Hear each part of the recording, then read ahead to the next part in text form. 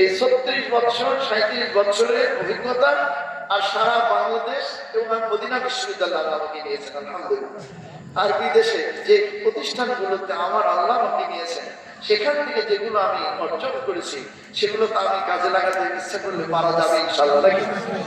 সেইগুলো দিয়ে যদি একটা প্রতিষ্ঠান করা যায়, আজ আমার মেয়ে যশোরে, আমার ছেলের আমার মেয়ের মেয়ে যশোরে পড়ে, আমার ছেলের মেয়ে কুষ্টিয়া পড়ে, ছেলের ছেলে কুষ্টিয়া পড়ে, আমার সন্তানরা এদিক ওদিক পড়ে।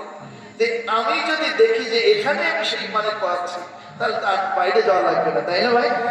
সেই উদ্দেশ্য নিয়ে একটা মাদ্রাসার জন্য আল্লাহ আমাকে কিছু জায়গা দিয়েছেন এই খোকসায় রতনপুর মৌজায়, এই সবার আধা কিলোমিটার আনুমানিক বলছি, সেখানে রাস্তার ধারে।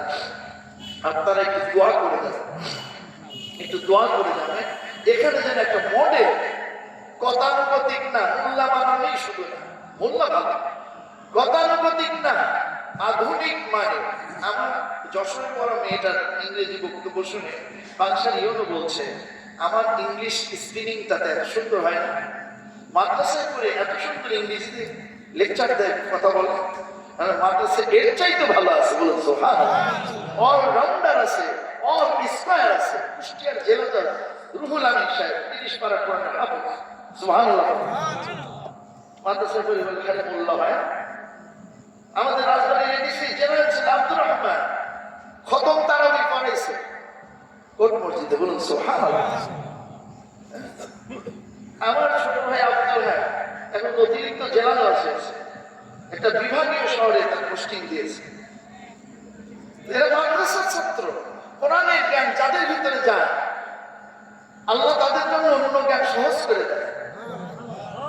আমি এখানেই তো বসবাস করি। আপনারা আমার দুটো ছেলেকে কোনোদিন মাদকের কাছে যেতে দেখেছেন? আমার প্রতিবেশী বল, কোনোদিন মাদক সেবন দেখেছেন? কোনোদিন দেখেছেন অন্যভাবে চলা? এইটার কারণ কি?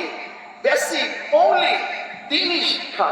এই দ্বীনি শিক্ষা আমার ছাত্রদের আমি বলি, দাদার পরিচয়ে গাধাদের চাকরি করার দিন শেষ, যোগ্যতা অর্জন করো, বড় বড় চেয়ার এখন তোমাদের জন্য অপেক্ষা করছে। সুবহানাল্লাহ। আমাদের বাচ্চাদের জীবন দেওয়ার বিনিময়ে আজকে মেধাবীদের একটা সুযোগ এসেছে। আমার কাছে ম্যাজিস্ট্রেট আফসোস করছে যে 70 নাম্বার পেল রাজবাড়ী জেলা স্কুলে অ্যাডমিশন, 70 নাম্বার পেল ভর্তি করতে পারলাম না, আর 40 নাম্বার পেল তাকে ভর্তি করে এলাম, বিবেকের দংশনে আক্রান্ত হলাম। কারণ 40 নাম্বার যে পাইছে ও তো গাধা, কিন্তু নাম কারো হলো দাদা, ওর দাদার একটা নাম ছিল, ওই দাদার নামে গাধা বার হয়েছে।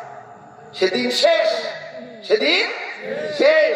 অতএব আজকে যারা দ্বীনি শিক্ষায় শিক্ষিত হবে তাদের সুযোগ আল্লাহ দিয়েছে, কিন্তু সুযোগটা কাজে লাগাতে হবে।